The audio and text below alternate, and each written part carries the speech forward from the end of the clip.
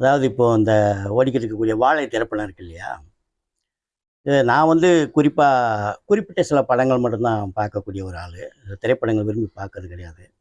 ஆனா என்னுடைய எழுத்தாளர் நண்பர்கள்லாம் நெறையா பேரு, "ஐயா வாழை படம் பார்த்தீங்களா? பார்த்தீங்களா?" அப்படின்னா என்னன்னு கேட்கும்போது, "நீங்க எழுதின சிறுகதைய வந்து நீங்க அப்படியே தான் படமாக்கியிருக்கிறாங்க." அப்படிங்கிற தகவல என்ட்ட சொன்னாங்க.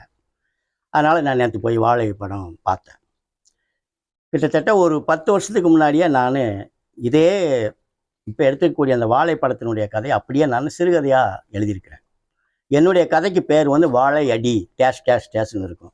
எதுக்குன்னா, வாழையடி வாழையாக இந்த சிறுவர்கள் இந்த கஷ்டம் தான் பட்டுக்கிட்டு இருக்காங்க. தலைமுறை தலைமுறையா பட்டுக்கிட்டு இருக்காங்க. மீனிங் வரணுங்கிறதுக்காக தான் அந்த கதைய டேஸ்ட் பண்ணியிருப்பேன் நானு.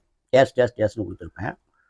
இப்ப நான் அச்சு ஊடகத்தில நானு 3 வகையான ஊடகங்கள் அச்சு ஊடகம், ஒலி ஊடகம், காட்சி ஊடகம்.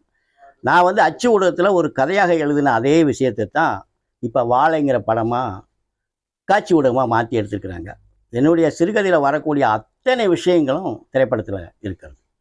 அந்த குழந்தைகள் வாழைத்தார் சுமப்பது, அவர்களுக்கு படுகின்ற கஷ்டம், இடைத்தரகர்கள், தரகனாரு, முதலாளி, லாரி டிரைவர், கிளீனர்கள், வரப்புல அவங்க சுமந்து வரவங்களுக்கு படக்கூடிய கஷ்டம், தவறி தண்ணிக்குள்ள விழுகிறது.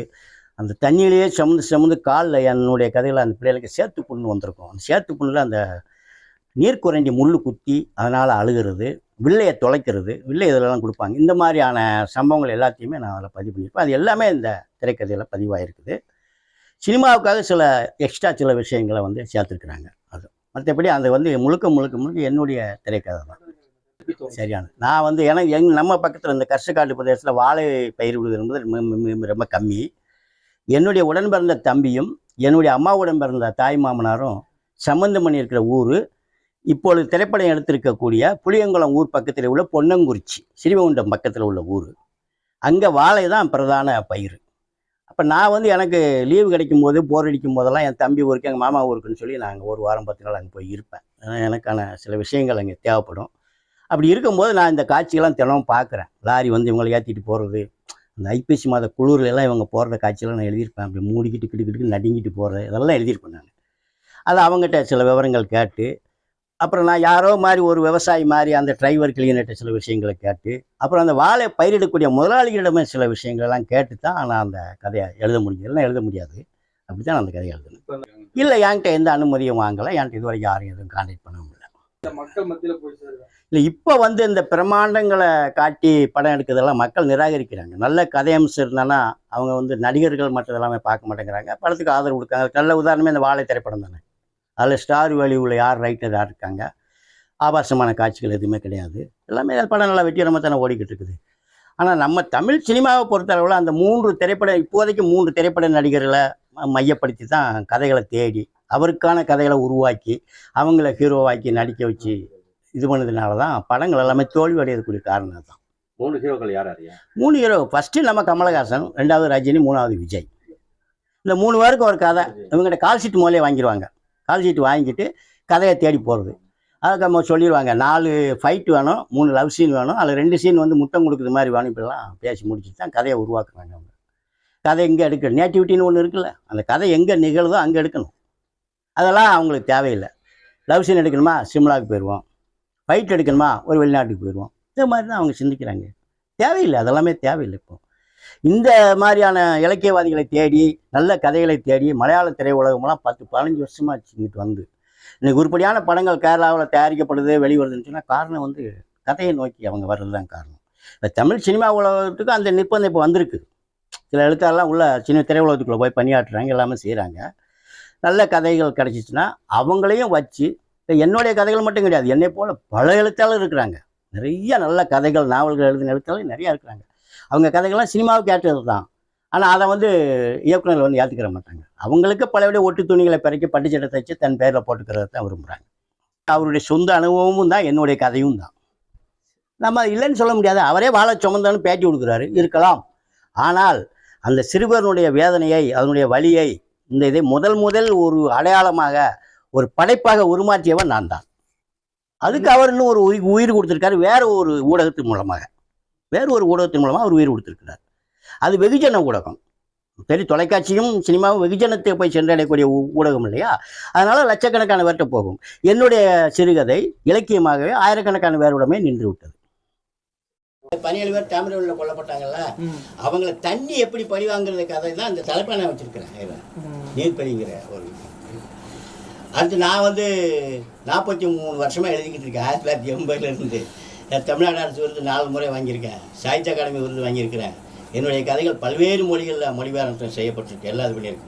நான் வந்து ஒரு கதை இது என்னுடைய இதை வைக்கணும்னு சொல்லுங்கிற அவசியம்லாம் எனக்கு கிடையாது. நான் புது ஆளும் கிடையாது. எனக்கு என்ன ஒரு காட்சி ஊடகம், ஒளி ஊடகம், அச்சு ஊடகம், இந்த 3 ஊடகங்களில் ஒரு பிரச்சனையை நான் முதல் வந்து நான் வந்து அச்சு ஊடகத்தில் பதிவு பண்ணியிருக்கேன்.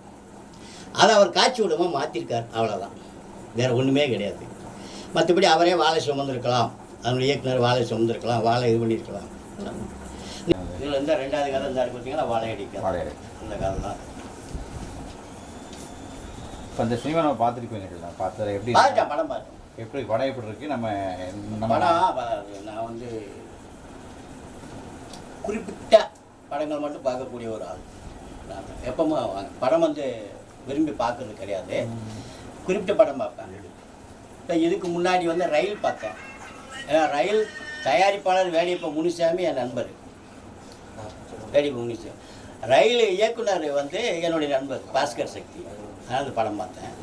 அதுக்கப்புறமா அந்த இது மாமன்னன் பார்த்தேன். மாதிரி படம்லாம் பார்த்துட்டேன். மாமன்னன் பார்த்தேன். அதுக்கப்புறம் இந்த படத்தை பார்த்தேன். அதில் நிறையா பேர் சொன்னாங்க, சார் படம் பார்த்தீங்களா அப்படின்னு சொல்லிட்டு. என்ன பண்ணேன், உங்கள் சிறுகதையை தான் அப்படியே இது பண்ணியிருக்கிறாங்க அப்படிங்கிற மாதிரி சொன்னாங்க. சார் ரைட்டுன்னு போய் பார்த்தேன். நம்ம லட்சுமி சார் நானும் சரவிட்டு பார்த்தேன். அது நம்ம கதை தான் அப்படிங்கிறலாம் சொல்ல முடியாது. பொதுவான விஷயமா இருந்தாலும் அந்த காட்சியை, அந்த சிறுவனுடைய கஷ்டத்தை முதல் பதிவு பண்ணது நான் தான். இப்போ நான் கஷ்டக்காட்டுக்காரன், எனக்கு வாழையை பற்றி எதுவுமே தெரியாது. ஆனால் என்னுடைய தாய் மாமனாரும் என்னுடைய தம்பியும் சம்மந்தம் பண்ணிட்ட ஊர் சிறுவண்டம் பக்கத்தில் உள்ள பொன்னங்குறிச்சி. மெயின் வாழை தாங்க. நான் அங்கே போய் அங்கே தங்குவேன். நான் 1 வாரம் 8 நாள் 10 நாள் இருப்பேன். அப்போ இந்த சிறுவர்கள் படக்கூடிய கஷ்டம் இருக்கு இல்லையா, அதை வச்சு தான் அந்த வாழையடி கதையை எழுதுனேன். பிரபலமான ஒரு வார பத்திரிகையில் வெளிவந்தது. அந்த நேரமே இது இப்போ சொல்கிறாங்களே அழுகையாக வந்துச்சுன்னே, அப்போ என் கதையை படித்து நிறையா பேர் சொன்ன வாசகமும் இதே தான். அந்த சிறுவர் படுற கஷ்டத்தை பார்த்து எனக்குலாம் அழுகையாக வந்துச்சுன்னு நிறையா பேர் சொன்னாங்க. அது 10 ஆண்டுகள் ஆகிப்போச்சு.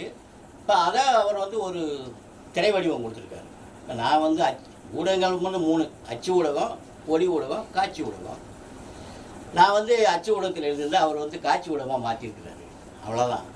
மற்றபடி அதில் உள்ள என் கதையில் உள்ள எல்லா விஷயங்களும் அதில் இருக்குது. ஆனால் டோட்டலாக நீங்கள் பார்க்க போனீங்கன்னா இந்த என்னுடைய சிறுகதையும் சரி, அவருடைய அந்த வாழை படமும் சரி, சிறுவர்களுடைய உழைப்பு எப்படி சுரண்டப்படுகிறது, அவர்கள் எப்படி கஷ்டப்படுகிறார்கள், அதை மையப்படுத்தினது தான். அதைத்தான் நானும் தெளிவாக அதில் இது பண்ணியிருக்கிறேன். என்னுடைய கதைக்கு பேர் வந்து வாழை அடின்னு வச்சு டேஸ்ட் போட்டிருப்பேன். ஏன்னா வாழையடி அவங்க இப்படி தான் கஷ்டப்பட்டு இருக்காங்க அப்படிங்கிற மீனிங் வரணுங்கிறதுக்காக தான் போட்டிருப்பேன். அவரும் அதுக்கு பேர் வாழைன்னு தான் வச்சுருக்காரு. அப்புறம் என்னுடைய படத்தில், என்னுடைய கதையில் உள்ள அத்தனை காட்சிகளுமே அதில் வரும். ஒன்று கூட இல்லாமையே இருக்கும். அவர் சினிமாவுக்காக சில காட்சிகளை சேர்க்கணும். ஏன்னா திரைமொழிங்கிறது வேறு இல்லையா, அதில் தான் அந்த குத்தாட்டம் வர்றது, அந்த டீச்சர் வர்றது, அந்த கட்சிப்பு மோந்து பார்க்குறது, இது எல்லாமே சினிமாவுக்காக அவர் சேர்த்துக்கிட்ட விஷயங்கள். அது வந்து நான் வந்து என்னுடைய சிறுகதையில் வந்து அதை சேர்க்க முடியாது. நம்ம வந்து அந்த சிறுவனுடைய பெயின் இருக்கு இல்லையா, வலி, அதை நம்ம முழுக்க நம்ம சொல்லியிருக்கிறோம்.